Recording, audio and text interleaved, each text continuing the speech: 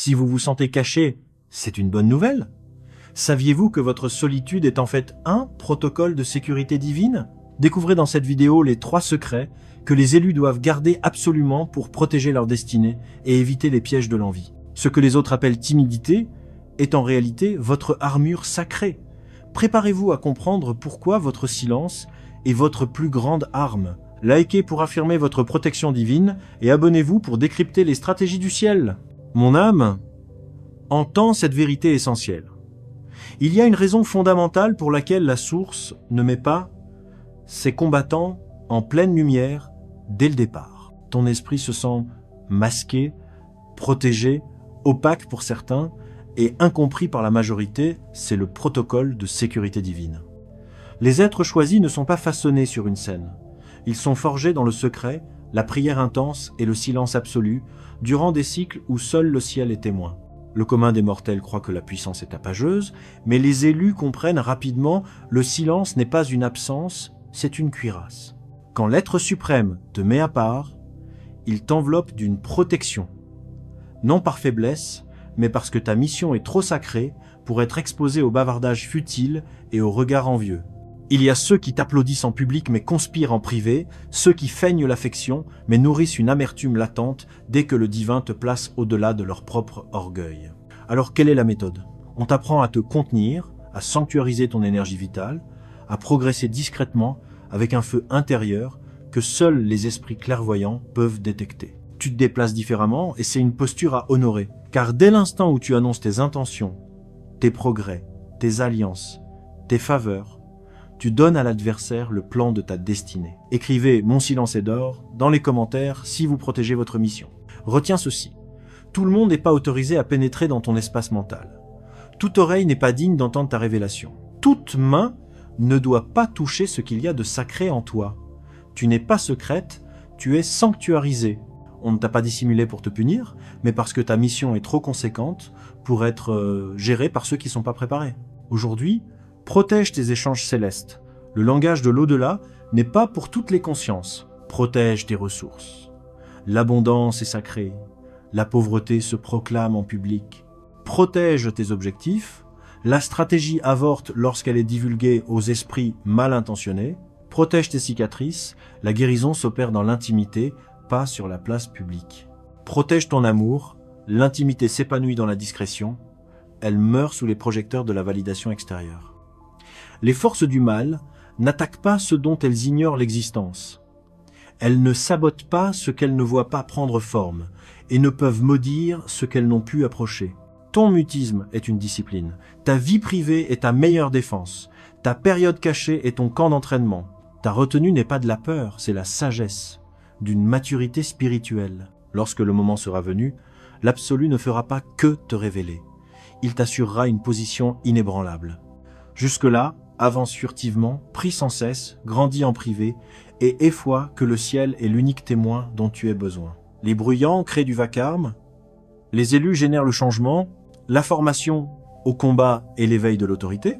Laisse-moi t'éclairer sur une vérité profonde.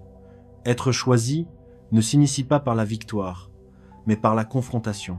Non pas des querelles humaines, mais des luttes contre le doute, l'isolement et les assauts spirituels qui ciblent ton psychisme avant même de toucher ta réalité. Lorsque le divin t'appelle, l'ennemi le perçoit avant quiconque. C'est pourquoi ta guerre a commencé bien avant l'émergence de ton succès. C'est pourquoi les énergies ont réagi à ta personne avant que tu aies conscience de ton identité spirituelle. Les élus ne reçoivent pas leur couronne après les épreuves.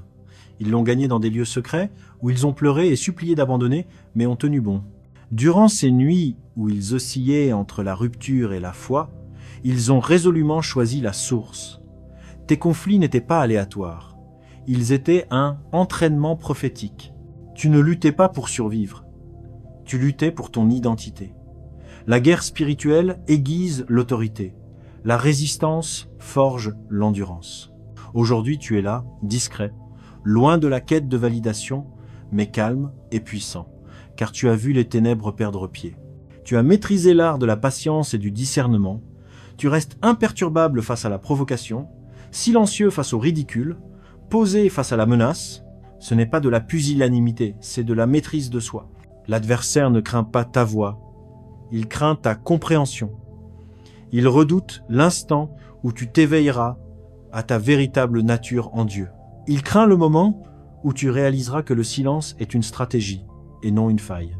Chaque agression que tu as surmontée n'était pas destinée à te briser, mais à former ton esprit à supporter l'autorité. Maintenant que ton esprit a reconnu le combat, tu ne paniques plus, tu discernes, tu ne gaspilles plus ton énergie dans des luttes stériles. Tu choisis tes combats avec sagesse. Tu ne mendies plus l'affection. Tu attires les âmes alignées avec ta mission. Tu ne réponds plus émotionnellement.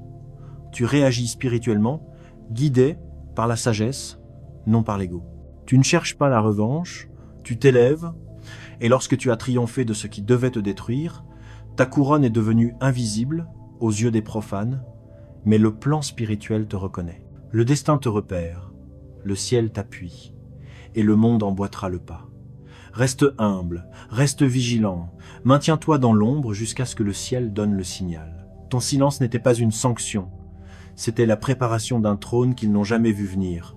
L'émergence, le calme avant la manifestation. Comprends ceci pour conclure. Il vient un point où le silence change de nature.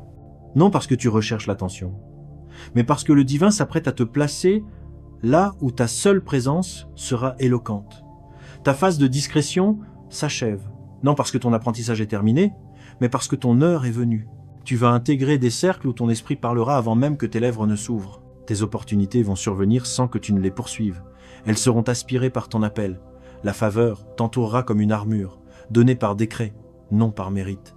Lorsque le ciel t'élève, c'est d'une manière incontestable, irrévocable, et que personne ne peut s'attribuer. Les mêmes voix qui doutaient prononceront ton nom avec respect. Les mêmes regards qui t'ignoraient verront ta lumière et regretteront leur aveuglement. Les mêmes esprits qui complotaient trembleront face à l'éclat qui t'habite. Tu n'as pas précipité les événements. Tu n'as pas forcé ta chance. Tu n'as pas trahi ton âme pour cela. Tu as patienté avec diligence et confiance. Et maintenant, le ciel déclare « Lève-toi ». La saison du secret est révolue. À partir de cet instant, avance avec une autorité sereine. Parle uniquement sous direction divine. Ne révèle que ce qui est approuvé. Sanctuarise ta paix avec une discipline farouche. Aime profondément, mais reste toujours en alerte. Marche avec humilité, mais tiens-toi comme un souverain, car tu l'es. Quand on te questionnera sur ton succès, tu souriras et répondras simplement « C'est l'œuvre du divin ». Non par vanité, mais parce que c'est la vérité. Éluet, ton air est là, accueille-la, saisis-la. Tu n'es pas bruyant, mais inarrêtable. Tu n'es pas arrogant, mais choisi. Ton silence t'a bâti. C'est maintenant ta mission qui va te révéler au monde. Tu entres dans la phase où les tempêtes d'autrefois ont perdu leur emprise. Le chaos qui te harcelait semble désormais distant. Cette paix n'est pas un signe de faiblesse.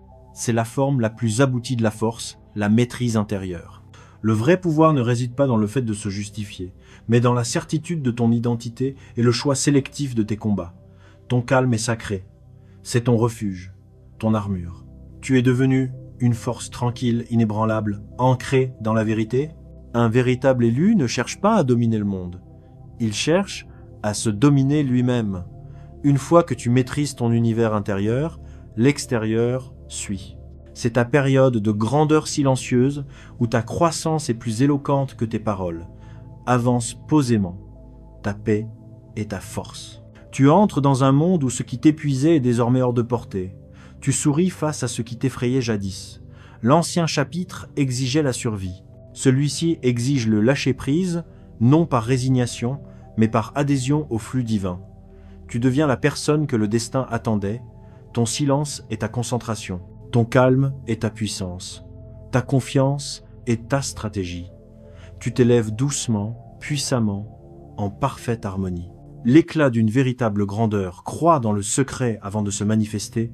Tu n'es pas là pour être discret. Tu as été placé ici avec une intention façonnée par un but. Ce réveil est l'entrée de ton âme dans la chronologie qui t'attendait. La version passée, celle du doute et de la peur, s'efface. Une version plus élevée émerge, celle qui possède la clarté, l'autorité spirituelle et le souffle de l'infini. Tu franchis le seuil entre qui tu étais et qui tu as toujours été, destiné à devenir. L'appel chuchote, puis parle, et bientôt il rugira. N'aie pas peur. Tu te réveilles à ta vraie nature. Tu es un éluet, choisi, pour un destin plus grand que ton passé, et plus puissant que tu ne le crois. Avance avec respect. Le sacré est en toi. Commentez l'élu pour accepter votre nouvelle autorité.